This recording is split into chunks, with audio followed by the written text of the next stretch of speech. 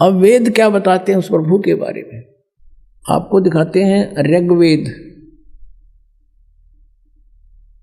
वो परमात्मा कौन है, वो कैसी लीला करता है, देखिएगा। ऋग्वेद प्रकाशक है सार्वदेशिक आर्य प्रतिनिधि सभा, महर्षि दयानंद भवन, रामलीला मैदान, नई दिल्ली से। और यहाँ देखिएगा मुद्रक है Prince of set printers, 1510 Pataudi house, Daryaganj, नई दिल्ली से। इसमें आपको दिखाते हैं ऋग्वेद मंडल नंबर 9 और सूक्त नंबर 86, 86। इसका मंत्र 26 में है। यज्ञ करने वाले यजमानों के लिए परमात्मा, इसका अर्थ है यज्ञ माने धार्मिक अनुष्ठान करने वाले, यजमानों माने भक्तों के लिए परमात्मा, यानी जो धार्मिक अनुष्ठान करते हैं उनके लिए परमात्मा सब रास्तों को सुगम करता हुआ, उनके विघ्नों को यानी उनके संकटों को नष्ट कर देता है, मर्दन करता है, और उनको पवित्र करता हुआ अपने रूप को सरल करता हुआ, भगवान साकार हुआ, अपने रूप को सरल करता हुआ, वह कांतिमान परमात्मा। अभी इन्होंने ये लिख दिया, कबीर का अर्थ सर्वज्ञ कर दिया है। ये देखो, ये ऊपर है कबीर अतो, हम इसको कबीर बोलते हैं, कबीर कबीर। इन्होंने इसको यहां ऐसा लिख दिया, अपसर्ग लगा दिए। अब भी हम इसको कबीर बोल रहे हैं या कवि ही कहें, जैसे पुनर्जन्म, पुनः कहो, पुनर्कहो, पुनर्जन्म कहो, कबीर। इन्होंने इसका अर्थ सर्वज्ञ कर दिया। ये लिखना था वो कबीर देव, कबीर परमेश्वर। जैसे यजुर्वेद के विषय में आपको दिखाते हैं, जैसे यजुर्वेद है, यजुर्वेद, और उसके यजु लिख के अपसर्ग लगा दें, और कहीं उसकी महिमा का वर्णन हो किसी मंत्र में, और वहाँ यजु का अर्थ यजुर्वेद करना चाहिए, वो सही है। उसका अर्थ कर दे यजु का, कि यजु माने पूज्य, पूजनीय, पूज्य, पूजा की रसाएं का समूह। तो हमने उस यजुर्वेद को कैसे ढूंढेंगे फिर? अब देखना इसका प्रमाण इन वेदों के ठेकेदारों की ही रचना में दिखाते हैं। ये यजुर्वेद है, और इसके महर्षि दयानंद सरस्वती इसके अनुवादक हैं। अभी दिखाते हैं। प्रकाशक हैं सार्वदेशिक आर्य प्रतिनिधि सभा, 2/5, महर्षि दयानंद भवन, रामलीला मैदान, नई दिल्ली से ये प्रकाशित है। और महर्षि दयानंद आर्य समाज प्रवर्तक का अनुवादित है, इसके द्वारा अनुवादित है।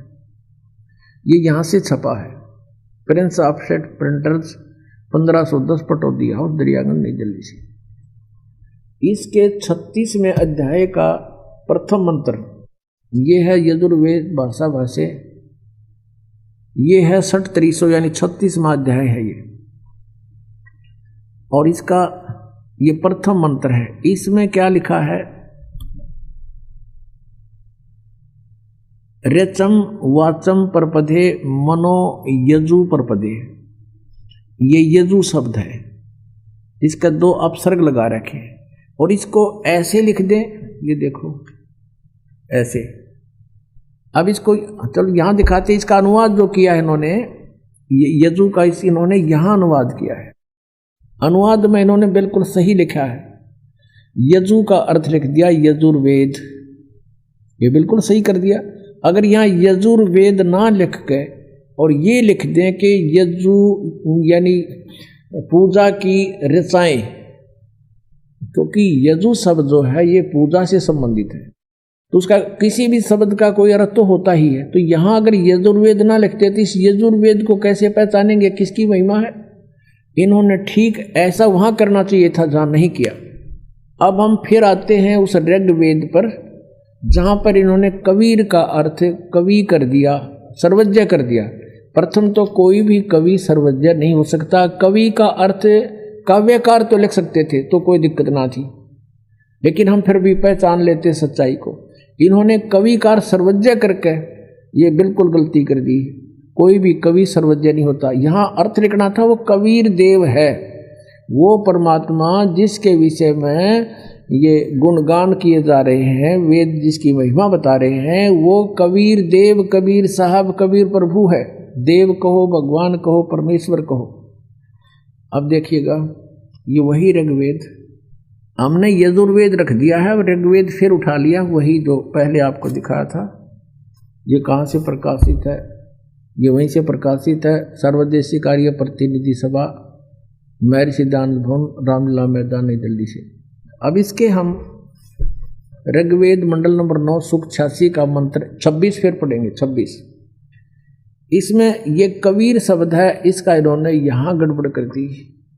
यज्ञ करने वाले यजमानों के लिए, यानी भक्तों के लिए, जो धार्मिक अनुष्ठान करते हैं उन भक्तों के लिए, यज्ञ माने धार्मिक अनुष्ठान, परमात्मा सब रास्तों को सुगम करता हुआ उनके विघ्नों को मर्दन करता है, उनके विघ्न, उनके संकटों का नाश करता है और उनको पवित्र करता है, यानी सब बुराइयों से हटा देता है और अपने रूप को सरल करता है। तेज पुंज अन्य दे धर के, हल्के तेज पुंज का शरीर बनाकर परमात्मा वो कांति में, यहाँ लिखना था वो कबीर देव, ये कबीर देव लिखना था, कबीर देव, कबीर साहब, कबीर भगवान, विद्युत के समान क्रीड़ा करता हुआ और वर्णीय पुरुष को यानी अच्छी आत्मा को प्राप्त होता है, वहाँ से चलकर आता है। यहाँ देखना अब 27 मंत्र में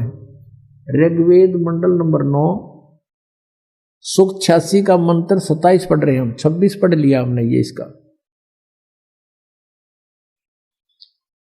अब इसमें क्या लिखा है कि जो परमात्मा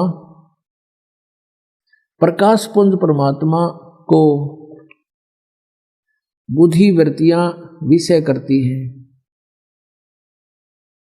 जो परमात्मा ध्रुवलोक के तीसरे पृष्ठ पर विराजमान है या वहां पर रहता है, ध्रुवलोक के तीसरे स्थान पर, तीसरे पृष्ठ पर, तीसरे भाग पर ऊपर रहता है, यानी एक देशीय भगवान सिद्ध हो गया कि कहीं एक स्थान पर रहता है। और वहां से फिर देखना अब ऋग्वेद मंडल नंबर 9 सूक्त 82 का ये देखिएगा, ऋग्वेद मंडल नंबर 9 सूक्त 82 और मंत्र नंबर 1, 82 का ये मंत्र नंबर 1 है।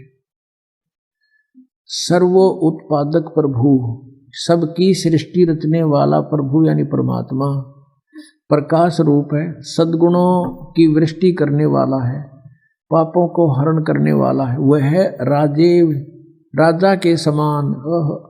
ये देखना 269 पर हम पढ़ रहे हैं, 269 पर, अब 270 पर हम आगे, तो देखो ना, तो और पृष्ठ दिखा दिया होगा, 270 पर हम आगे 270 पर। तो राजा के समान दर्शन यह है, यहाँ आपने देखा राजा के समान, राजा के, और यहाँ लिखा है समान, दर्शनीय माने देखने जोगा है, दिखाई देता भगवान मनुष्य जैसा है, नर आकार है, और वह पृथ्वी आदि लोक लोकांतरों के चारों ओर शब्दमान हो रहा है। वह वर्णीय पुरुष को यानी अच्छी आत्मा को, श्रेष्ठ आत्मा को, जो दृढ़ भक्त है उसको पवित्र करता हुआ प्राप्त होता है। यानी परमात्मा कैसे और जिस प्रकार विद्युत सन्हे वाले स्थानों को आधार बनाकर प्राप्त होता है, इसी प्रकार परमात्मा, उक्त गुण वाला परमात्मा भी ऐसे ही करता है। अब यहाँ उद्देश्य क्या होता है उस भगवान का? अब ऋग्वेद मंडल नंबर 9 सूक्त 82 के मंत्र नंबर 2 में बताया है कि हे परमात्मा, उपदेश करने की इच्छा से यानी तत्व ज्ञान बताने की इच्छा से आप महापुरुषों को प्राप्त होते हो, अच्छी आत्माओं को मिलते हो, महान आत्माओं को, और आप अत्यंत गतिशील पदार्थ के समान यानी बहुत तेजो गति में चलने वाले की तरह हमारे आध्यात्मिक यज्ञ को प्राप्त होते हो। आप कवि का अर्थ लिख दिया, कवि सर्वज्ञ है, आप कबीर देव हैं। परमात्मा ने 600 वर्ष पहले कहा था वेद मेरा भेद है, मैं ना वेदन के माही और जौन वेद से मैं मिलूं। वो वेद जानते नहीं, वेद मेरी महिमा गा रहे हैं पर इन में वर्णित विधि से मेरी प्राप्ति नहीं हो सकती।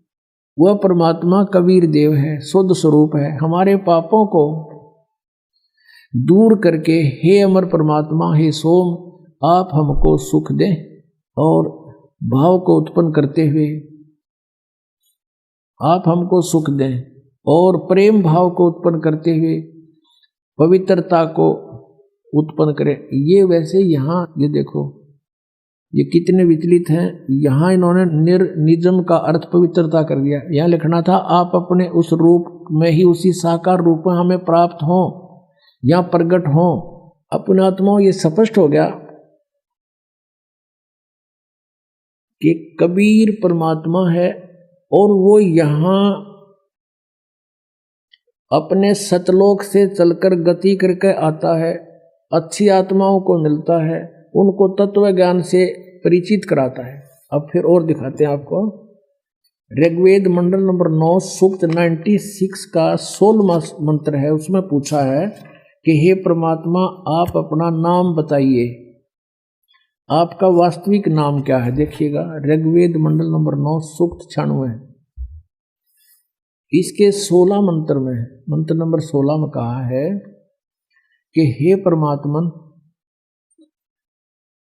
सर्वोपरि रहस्य श्रेष्ठ, यो नाम का इन्होंने अर्थ तुम्हारी संज्ञा कर दिया। लिखना था हे परमात्मन सर्वोपरि रहस्य में यानी गुप्त आपका जो श्रेष्ठ नाम, जो नाम है, संज्ञा नहीं, आप उसका ज्ञान कराएं। अब इसमें 17वें श्लोक में ये स्पष्ट किया है कि शिशुम जगानम हरियंतम मर्दंती शुभंती वहीन मरुतो गणेन कबीर भी यू रह पर कबीर गिर भी कावेना कबीर संत सोम पवित्र एति पवित्रम अत्यति रेभन।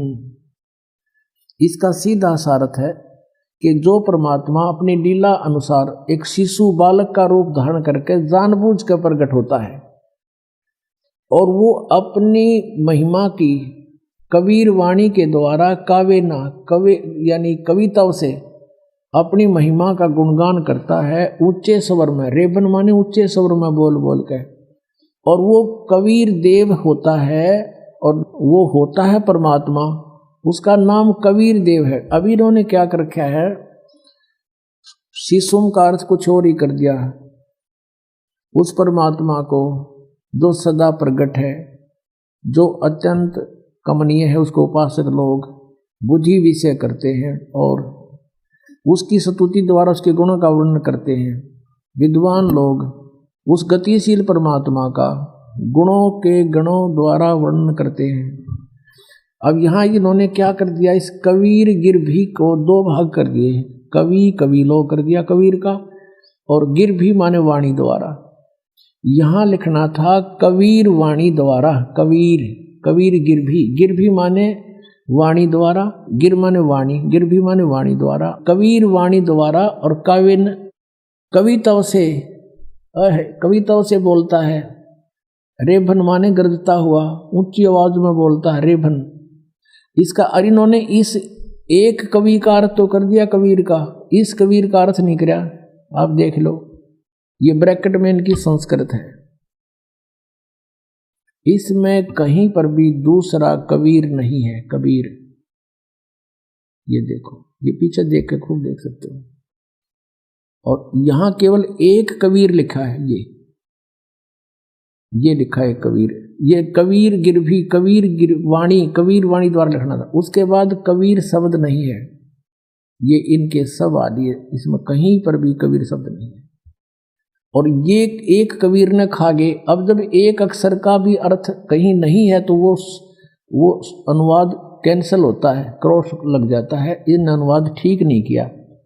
अब इसका अर्थ ये है, ये दास बताएगा परमात्मा ने ये चारों वेद, पांचों वेद दिए थे इस काल को, और जो कुछ भी इसमें लिखना कहना सुनना था हमारे लिए वो सारा कुछ लिख कर इसको दे दिया। अब उसने एज इट इज बाहर निकाल दिए, ये न्यो के न्यो है। इसमें परमात्मा ने आप पर बताया है कि आपका असली नाम क्या है, प्रश्नोत्तरी स्वयं लिखकर भेज रखे। फिर यहाँ बता रखा है कि वो कबीर देव है, और वो शिशु रूप धारण करके जब प्रकट होता है अपने उद्देश्य को लेकर आता है तत्व ज्ञान देने के लिए, वो अपने मुख से वाणी बोलता है। वो कबीर जी द्वारा बोली गई वाणी कबीर वाणी कहलाती है। उस कबीर वाणी द्वारा कविताओं से, यानी कविताओं के माध्यम से, लोकोक्तियों के माध्यम से अपना सत्ज्ञान उच्चारण करता, बोलता है। वो परमात्मा होता है कबीर देव। कबीर संत सोम वो ऋषि या संत रूप में प्रकट होता है, और वो कवियों की तरह आचरण करता है, वो होता है परमात्मा। अब देखो ये बताते भगवान निराकार है और वेदों के ठेकेदार बन रहे, और वेद भगवान को साकार बतावें, एक देशीय बतावें।